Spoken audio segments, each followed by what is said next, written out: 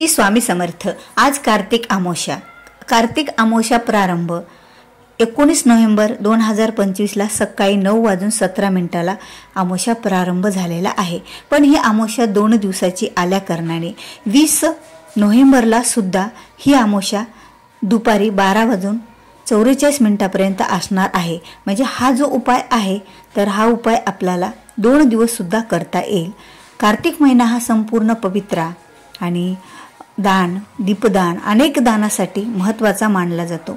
म्हणून तर या महिन्यात केलेले उपाय हे सहसा कधीही वाया जात आणि अमावस्या म्हटलं तर उपाय आणि तोडग्यासाठी विशेष मानली जाते। अमावस्याच्या दिवशी केलेले उपाय आणि काही तोडगे हे आपल्या अनेक समस्यांचं, संकटांचं निवारण करत असतात। आपल्या घराला लागलेला जो काही नजर दोष, वाईट नजर असे आपल्या जवळपास बरेच लोक आहेत की त्यांच्यामुळे आपल्या घराची प्रगती थांबलेली असते। कारण त्यांची जर नजर घराला लागली तर आपण केलेले कष्ट याला फळ मिळत नसतं। म्हणून तर नजर दोष नष्ट होण्यासाठी आणि नजर लागली तर घरामध्ये भांडणे सुद्धा होतात छोट्या मोठ्या कारणावरून। यातील वादविवाद हे छोटे नसून यामुळे अनेक समस्या आपल्या घरामध्ये होतात। छोट्या मोठ्या भांडणातून मोठा स्फोट पण होण्याचा एक संभावना असते।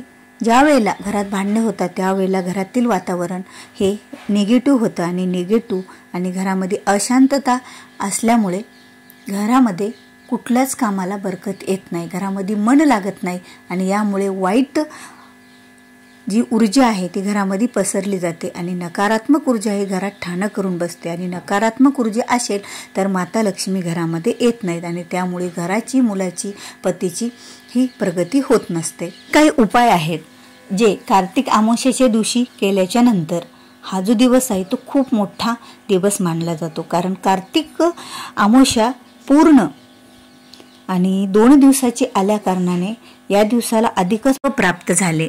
कार्तिक महिना हा श्री विष्णूंच्या, माता लक्ष्मीच्या पूजनासाठी विशेष मानला जातो आणि अमावस्या म्हटलं तर अमावस्याच्या दिवशी केलेले उपाय हे कधीच वाया जात नाहीत। जी काही घरामधली अशांतता असते ती अनेक कारणाने घरामध्ये उद्भवत असते।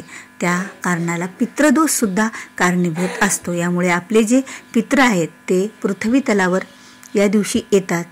तलावर आलेले पितृ हे पिंपळाच्या झाडावर बसलेले असतात। त्यामुळे पिंपळाच्या झाडाला सकाळी पाणी घालावे, 7 प्रदक्षिणा माराव्या आणि सायंकाळी पित्राच्या नावाने तिथे दिवा प्रज्वलित करावा। यामुळे पितृ संतुष्ट होऊन पितृलोकी परत जातात आणि यांच्या आशीर्वाद आपल्याला प्राप्त होतो। त्याचप्रमाणे ही जी अमावस्या आहे या अमावस्याला जसे दीपदान करणे महत्त्वाचे आहे त्याचप्रमाणे घरामध्ये एखादी वस्तू जाळणे किंवा त्याचा धूर करणे हे उपाय देखील आपल्या घरातील अनेक वाईट ऊर्जेचा नाश करतात। अनेक ज्या काही आपल्या घरामध्ये दरिद्रता आणणाऱ्या गोष्टींना नष्ट करतात।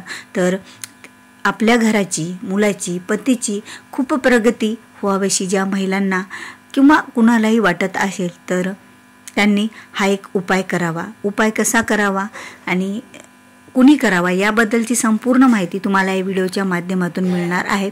त्यामुळे व्हिडिओ हा स्किप न करता शेवटपर्यंत पहा। चॅनलवर नवीन असाल तर चॅनलला सबस्क्राईब करा। तर या उपायासाठी तुम्हाला लागणार आहे म्हणजे त्या गाईच्या शेणाच्या गौऱ्या। आता गौरी सगळ्यांनाच जवळपास माहीत असेल की ज्या गौरीवर आपण घरामध्ये धूर करतो किंवा जी गौरी हवनासाठी वापरली जाते अशी गौरी ही गाईच्या शेणाची असावी।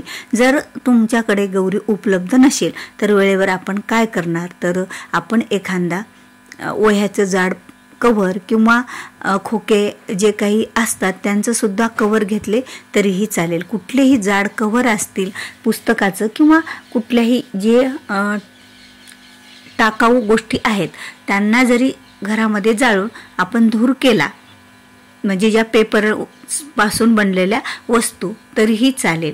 मग त्या कव्हरला जाळून आपण एखादं भांडं घ्या। आता जे भांडं मातीचं असेल तर अतिशय उत्तम, मातीचं जर नसेल तर तुम्ही कुठलंही भांडं घेतलं तरीही चालेल। ते भांडं घ्यायचं, त्यामध्ये असा विस्तव करायचा आणि कोळशाचा जरी विस्तव केला तरीही चालतो, असं काहीही हरकत नाही।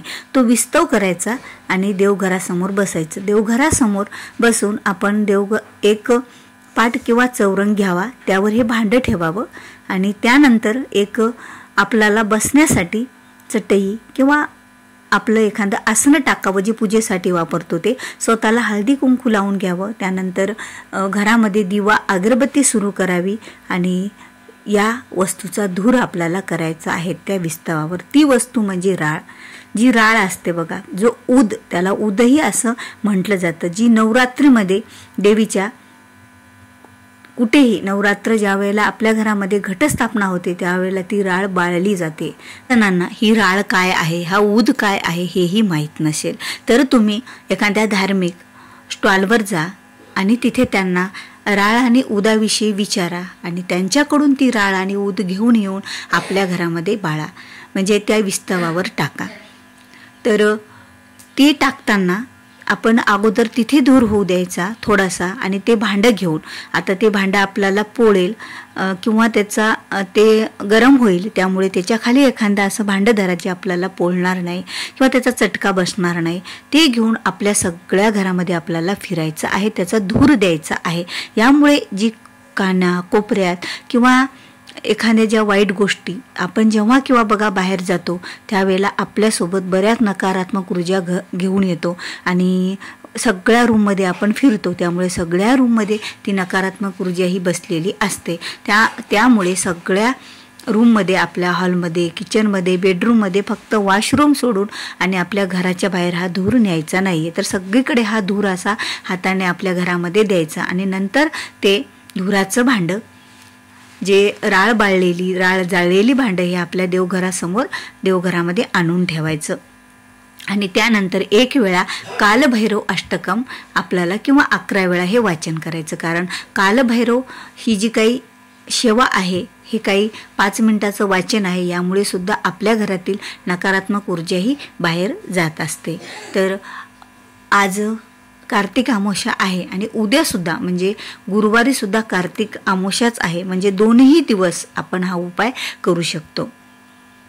कारण दिवसांनी पाहिलेली अमावस्या हे दिवसभर धरली जाते आणि आज तर ही अमावस्याच पूर्णच रात्रभर आहे. यामुळे आज 12 वाजेपर्यंत हा उपाय करू शकतो आणि उद्यासुद्धा सायंकाळी हा उपाय आपण गुरुवारी सुद्धा 20 नोव्हेंबरला सुद्धा हा उपाय आपण करू शकतो. खरंच या उपायाने आपल्या घरामध्ये जी काही वाईट ऊर्जा घर करून बसलेली आहे ती ऊर्जा घराच्या बाहेर जाईल आणि आपल्या घरातील नजर दोष, जे काही वास्तुदोष, जे काही पितृदोष आहे या सर्व नष्ट होतील आणि घराची, मुलाची, पतीची खूप प्रगती होईल. तर व्हिडिओ आवडला असेल तर व्हिडिओला लाईक करा, शेअर करा. चॅनलवर नवीन असाल तर सबस्क्राईब करा.